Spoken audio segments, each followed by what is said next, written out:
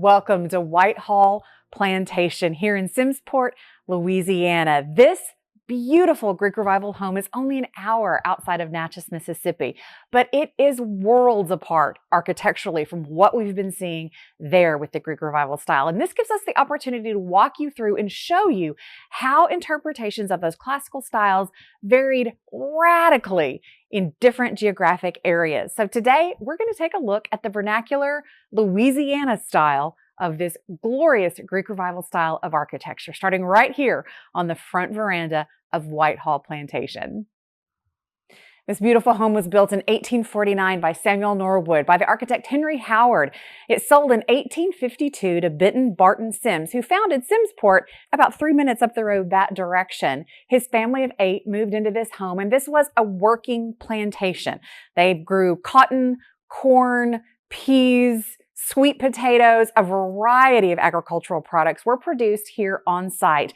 We know that Mr. Sims had 84 enslaved workers that were housed in 15 homes here on the property. None of the original dependencies exist on this property, and you're about to see why. We often get comments when we show these antebellum period homes that the slave quarters were torn down out of some sense of shame or embarrassment. But that's really not the case at all. You have to remember with these incredible structures that after the Civil War, we went through the period of Reconstruction where the economic situation in the South was really decimated, and these once wealthy homeowners were reduced to poverty status. And you can see here in this picture of Whitehall from 1977, the condition that most of these grand homes ended up in. Hundreds of them were lost after the Reconstruction period. We had the Reconstruction period, then we had the boll weevil in the cotton, which destroyed the agricultural crop down here, and then we had the Great Depression. So most of these grand homes and their dependencies suffered massive economic and structural setback during that time. But thanks to rehabilitation and restoration efforts like those undertaken by the current owner, Whitehall and many of these beautiful Greek Revival architectural pieces still stand today. Let's talk about what sets Whitehall apart from the homes that we're used to seeing in Natchez. Whitehall, unlike those that we've looked at before, incorporates a myriad of different design elements from the orders of architecture. Typically, when we've looked at these beautiful homes, we either have Ionic, Doric, or Corinthian styling throughout the property. They stick with one order of architecture. But this one is a real mix match of many of those different orders. On the front, we have what are octagonal, Doric-like columns. The closest thing we can associate this with is the Doric order, though not purely Doric. We have a 4-light bay across the front that has these incredible 6/9 box head windows with their original wavy glass. The scale of these homes to me is just unbelievable. We do not build at this monumental proportion anymore. And you can see how massive and grand it is with me standing next to the entryway here at Whitehall. And you can see the entablature and architrave around the front show us classic Greek key style detailing. The glass on our two side lights is a true frosted glass. We'll get a closer look at that when we look out the bay window in the front parlor. Let's go inside.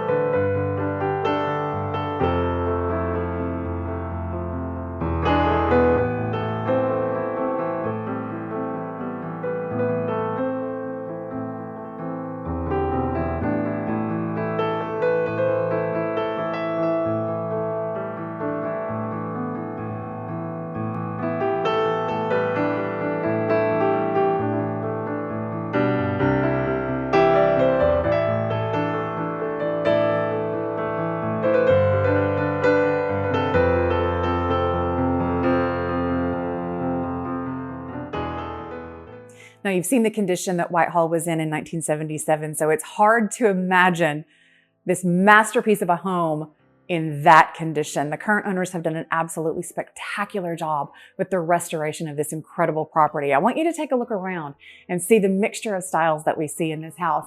The entablatures and architraves are separated by a dentil mold. You see it throughout the home. You see so much beautiful detail work in the cornicing. And typically in these homes, when we see cornicing like that, it's done from plaster, but this is all carved from cypress, with the exception, of course, of the beautiful plaster medallion from which the light fixture in the entryway hangs. Before we leave the entryway, I have to show you the scale of this handrail. From a distance, it looks like it's a regular proportion, but when I place my hand on it, I can't really put my hand all the way around the handrail. It's absolutely enormous and so beautiful. Now in this space, we can really see the differentiation between what we're accustomed to seeing in a Greek revival in the Natchez, Mississippi area, or really anywhere in the Mississippi Delta. What we're accustomed to there is a center hall, single or two pile design, right? Where we have a front room, a back room with a center hall. This is a side hall design, and we see this much more commonly here in Louisiana. So we have our main entry, a side hall with additional exits out onto the veranda, our stairway, and then off to our left as you enter the house are the main rooms of the house. This is a two-pile design originally, but wait until you see this front parlor. Come with me.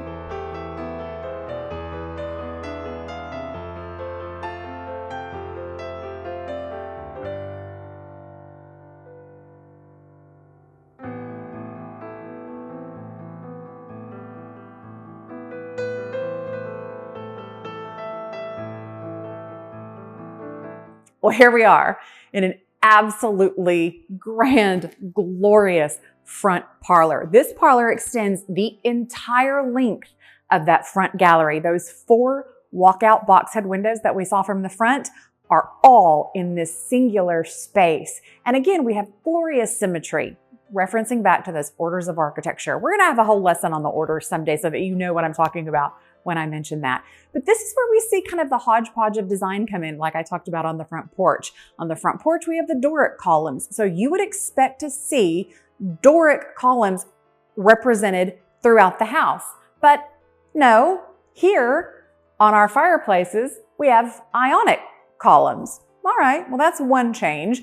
Typically would not be the case, but one we can make an exception for. But then when we get to this beautiful arched opening, we have Corinthian columns with a Corinthian detail at the top of the pediment. So we have all of the orders of architecture represented in this one space. Some other things you have to take note of in this room, of course, again, are the glorious cypress moldings around the perimeter of the room. You have stunning original curtain tiebacks and the putti that are represented at the top of every window. And then at this far end of the gallery, you have a pentagonal bay. That pentagonal bay is a one-story pentagonal bay that projects out from this front formal parlor and is inset with that glorious frosted glass. And it looks out onto the incredible landscaped grounds. Okay, we're doing this ridiculous shot because I made Kevin back all the way across the room so you could see the scale of these doorways. We have a 10-foot door, a 12-foot molding, and a 15-foot ceiling above me. Like I told you, the scale of this house is unbelievable. Let's take a look at the dining room. Here we are in the dining room.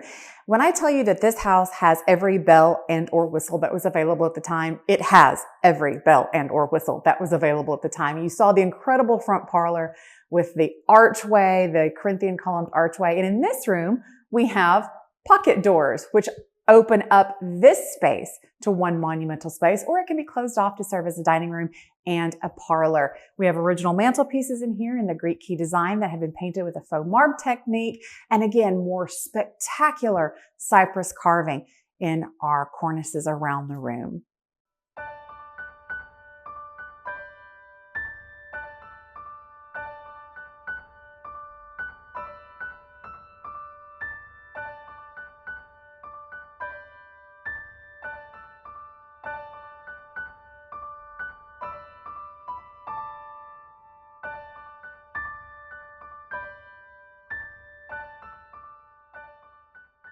And here we are in the parlor that's off of the dining room.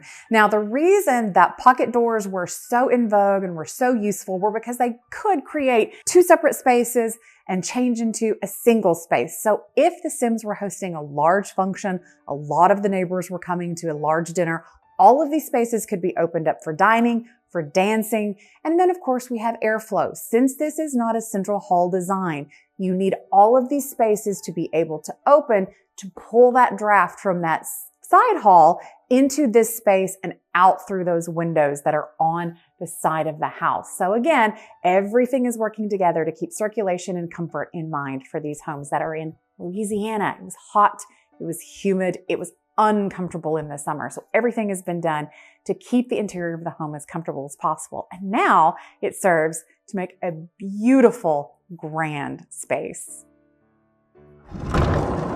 Look at this. Look at this. I would buy this house for this. There are two of them, one on either side. Sliding pocket French doors that are 10 feet in height. Walking into the way that a kitchen should be done in a historic property. I want you to look around this kitchen and see if you own a historic home, this is how you do your kitchen. We have an incredible built-in that's been used to house all of the china and dishware. We have a historic countertop that's been used for the sink and the bakery space. Everything in this space is freestanding. This is not a fitted kitchen. It feels like it fits with the house. Of course, it's not original to the house, but it feels like it goes. It doesn't feel out of time. It doesn't feel out of place. It is a beautiful use of the space in a modern functioning way that doesn't break the mold. It doesn't disrupt the flow and format of this house.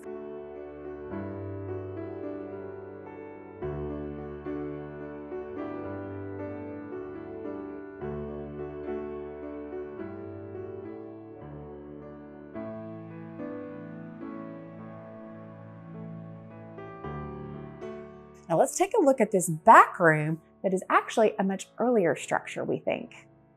This we know was another home entirely, a much earlier structure built, I'm going to guess from the details, around the 1812 period, possibly even earlier, and was added on to the back of the main build of Whitehall Plantation. Behind me, you will see this glorious curving open staircase.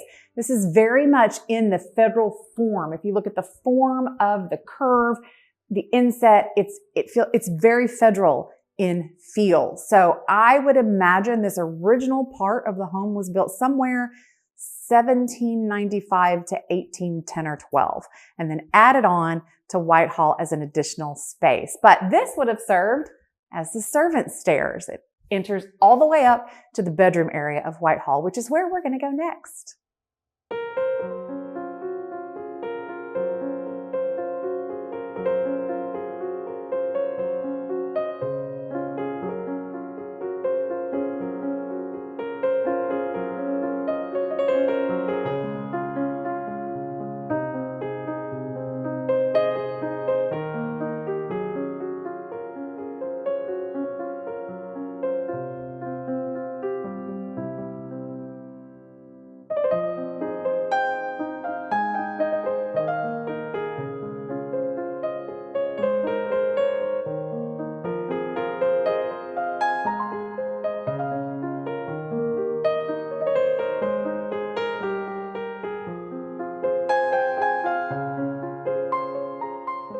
Here we are in the upstairs hallway. Now I want to show you on the walls of this second floor. And at one point, we understand that all of the interior walls were like this. This is all long leaf yellow pine sheathing. All of the walls are flush mounted long leaf yellow pine. Of course, they've been painted, which is fine. It's pine. All of the woodwork in this house would have been painted originally. At no point would any of this woodwork been left bare. So nobody panic. But up here, all of the walls are this glorious longleaf yellow pine. And then again, we have the beautiful cypress carved medallions and details in the cornice work and another beautiful plaster medallion. The finishes up here are very fine for private space. We've talked before, private spaces were usually much less formal, but the finishes up here are a little more elegant than we see in some of the secondary spaces in these historic homes. On the second floor, of course, we have a gallery, a second floor gallery, and up here we have 5 box head walkout windows that we can open up and enjoy the evening breezes or walk out onto the veranda and see the beautiful landscaped grounds. It's fun to note this incredible home has been moved 3 times. The path of the river has changed over the lifetime of this home so often that it has been lifted and backed up 3 times. Now, luckily, thanks to the Army Corps of Engineers and modern engineering, we have a safe, secure levee out front, so it shouldn't have to be moved again. This beautiful home is being sold furnished. He doesn't even want to take the canned goods out of the pantry. So everything that you see in the video is going to come along with the purchase of this beautiful home and 14 acres. So as we take a look at these bedrooms, take a look around and see if there's anything here that catches your eye.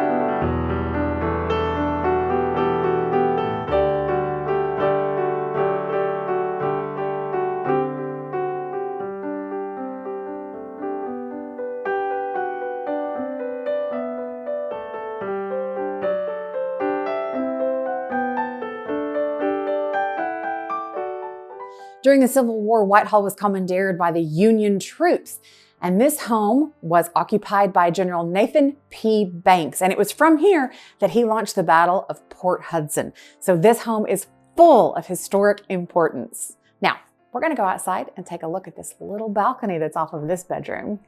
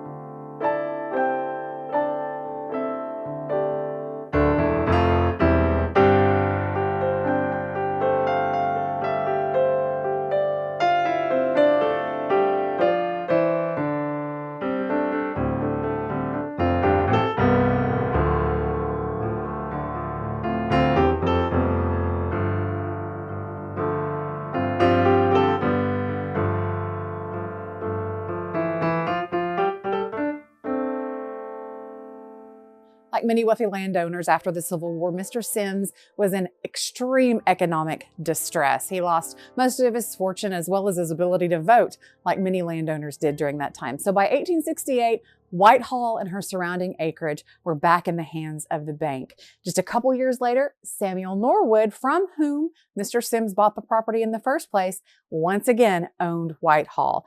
After that, as you can see from the photos, she went into many years of neglect and decline. But today, she is a beautiful example of Greek Revival Southern architecture with Italianate details, and she's looking for her next caretaker. Do you think you might be the next steward of this beautiful property and the 14 acres on which it sits, along with its multitude of guest cottages and swimming pool? Well, if so, the link to the Zillow description is in our description below, as well as all of the realtor's contact information. Remember, we're not realtors. We're not here to sell you the house, merely teach you its history and show you its details. We'll leave all of the real estate handlings up to the realtor. So reach out to him if you think Whitehall might be the dream property for you. We appreciate you joining us here on Preservation Travels with Lane and Kevin. If you want to watch us do our own preservation work, you can follow our series, Restoring Our Victorian. We have 2 properties that we're working on right now, and you can see us getting our hands dirty there. Until next time, give us a thumbs up, subscribe to our channel, and we'll see you soon.